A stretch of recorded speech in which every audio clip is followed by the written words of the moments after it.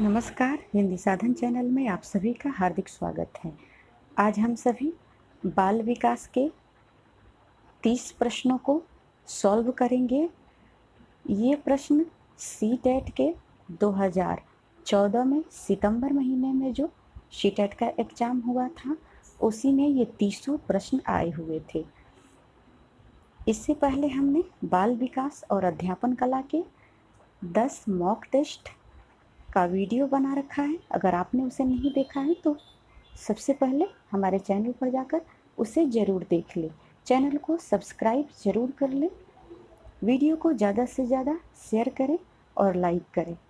तो चलें हम शुरू करते हैं। पहला प्रश्न है, शिक्षण का विकासात्मक परिप्रेक्ष्य शिक्षकों से यह मांग करता है कि वे ऑप्शन चारों देखेंगे।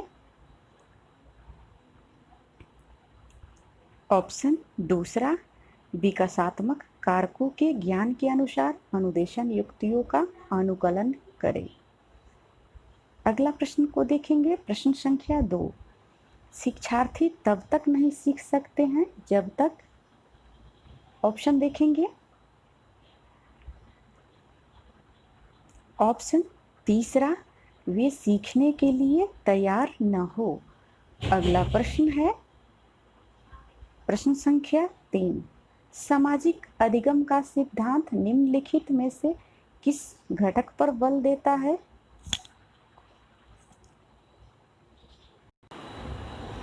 ऑप्शन दूसरा, पोषण पर बल देता है।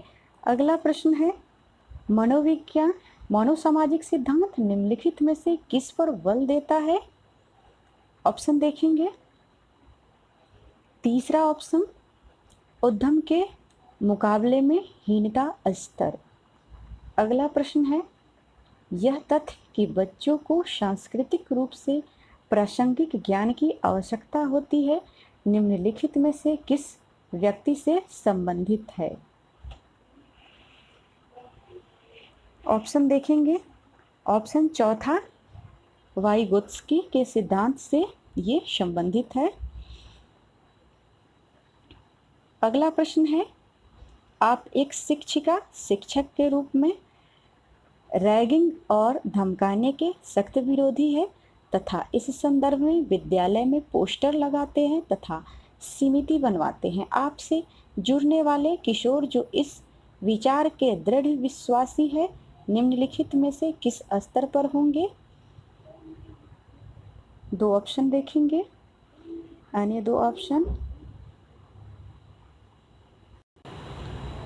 ऑप्शन में तीसरा ऑप्शन सही है, उत्तर पारंपरिक स्तर।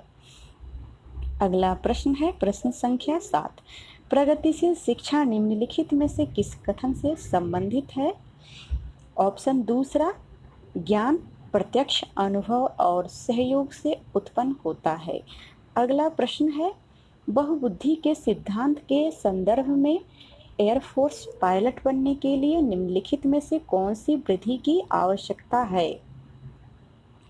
ऑप्शन तीसरा, गतिक। अगला प्रश्न है, बुद्धि की स्पीयरमैन परिभाषा में कारक है। ऑप्शन तीसरा, सामान्य वृद्धि। अगला प्रश्न है, छिपी हुई वस्तुएं ढूंढ निकालना इस बात का संकेत है कि शिशु निम्नलिखित में से किस संज्ञानात्मक कार्य में दक्षता प्राप्त करने लगा है। ऑप्शन देखेंगे। ऑप्शन दूसरा, वस्तु स्थायित्व। अगला प्रश्न है, निम्नलिखित में से कौन सा समाज में लिंग समानता का मानदंड हो सकता है। ऑप्शन तीसरा, कक्षा 12वीं तक पहुंचने वाले लड़कों और लड़कियों की संख्या की तुलना। अगला प्रश्न, व्यक्तिक अंतरों का ज्ञान शिक्षकों की मदद किसमें करता है। ऑप्शन देखेंगे। ऑप्शन चौथा, सभी शिक्षार्थियों की व्यक्तिगत आवश्यकताओं का आकलन करने और उनके अनुरूप उन्हें पढ़ाने में।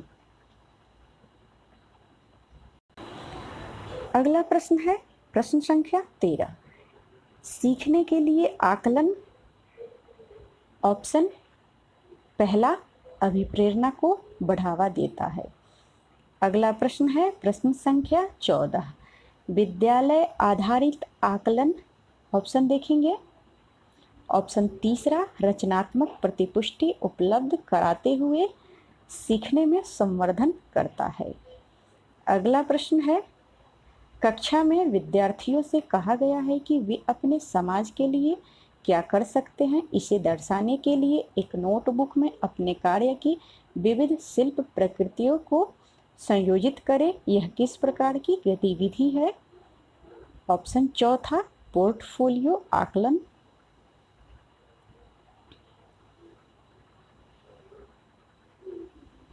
अगला प्रश्न है, शिक्षार्थियों को सबसे कम प्रतिबंधित विद्यालय वातावरण में रखने के माध्यम से विद्यालय। ऑप्शन दूसरा, वंचित वर्ग के बच्चों के जीवन को सामान्य करता है, जो इन बच्चों के समुदायों और अभिभावकों के साथ विद्यालय के संबंध में बढ़ा रहा है। अगला प्रश्न है, एकाग्रता समय के साथ मेल बैठाने के लिए एक दत्त कार्य को पूरा करने के लिए आवंटित समय को घटाना और चरणबद्ध तरीकों से एकाग्रता समय को निम्नलिखित में से किस प्रकार के विकार से निपटने के लिए सर्वाधिक उपयुक्त है। ऑप्शन चौथा, एकाग्रता हास अतिक्रियाशील विकार। अगला प्रश्न है, निम्नलिखित में से कौन सा उपागम अशांतकारी व्यवहार संबंधी विकार वाले बच्चों के साथ व्यवहार करने के लिए बच्चों को उनके आसपास के लोगों और सामाजिक संस्थाओं के साथ अंतःक्रिया करने का मुख्य सुझाव देता है। ऑप्शन दूसरा, पर्यावरणीय। अगला प्रश्न है प्रश्न संख्या 19, रेनजुले प्रतिभाशाली के अपनी डैश परिभाषा के लिए जाने जाते हैं। ऑप्शन तीसरा, त्रिवृत्तीय परिभाषा के लिए जाने जाते हैं। अगला प्रश्न है प्रतिभाशाली शिक्षार्थियों के लिए। ऑप्शन देखेंगे। ऑप्शन तीसरा, शिक्षक को अनुकूलन करना चाहिए जैसे शिक्षार्थी में बदलाव आता है। अगला प्रश्न है प्रश्न संख्या 21, अधिगम निरयोग्यता वाले बच्चों की प्रगति का निरीक्षण करने के लिए निम्नलिखित में से कौन सी पद्धति सबसे उपयुक्त है। ऑप्शन चौथा, संरचित व्यवहारपरक अवलोकन। अगला प्रश्न है, अधिगम निरयोग्यता वाले शिक्षार्थियों द्वारा एक पूर्ण और उत्पादक जीवित जीने के अवसरों को बढ़ाने का सबसे सही तरीका है। ऑप्शन देखेंगे। ऑप्शन तीसरा, विविध कौशलों और युक्तियों का शिक्षण करना जिसे सभी संदर्भों में लागू किया जा सकता है। अगला प्रश्न है प्रश्न संख्या 23, वाइगोत्स्की के सामाजिक सांस्कृतिक सिद्धांत के अनुसार। ऑप्शन देखेंगे। ऑप्शन पहला, संस्कृति और भाषा विकास में महत्वपूर्ण भूमिका निभाते हैं। अगला प्रश्न है प्रश्न संख्या 24, व्याख्या, अनुमान अथवा नियंत्रण प्राकल्पना डैश के लक्षण हो। ऑप्शन चौथा, वैज्ञानिक तर्कना। अगला प्रश्न है प्रश्न संख्या 25, कक्षा 7वीं का शिक्षार्थी गणित में त्रुटियां करता है, एक शिक्षक के रूप में आप क्या करेंगे। ऑप्शन देखेंगे। ऑप्शन तीसरा, शिक्षार्थी से कहेंगे कि वह विकल्पनात्मक पद्धति का प्रयोग करे अथवा स्वयं त्रुटि का पता लगाने के लिए उसे दोबारा करे। अगला प्रश्न है प्रश्न संख्या 26, संवेगात्मक बुद्धि बहुबुद्धि सिद्धांत के किस क्षेत्र के साथ संबंधित हो सकती है। ऑप्शन पहला, अंतराव्यक्तिक और अंतर्व्यक्तिक बुद्धि। अगला प्रश्न प्रश्न संख्या 27, संवेग के मनोविज्ञान में निम्नलिखित में से किस तथ्य पर सबसे कम ध्यान दिया गया है। ऑप्शन देखेंगे। आप सब भी ऑप्शन को देखेंगे और उत्तर को देने की कोशिश करेंगे और ये गेस करेंगे कि आपके कितने उत्तर सही हुए और कितने गलत हुए, जिससे स्वयं का आकलन भी आसानी से आप कर सकते हैं।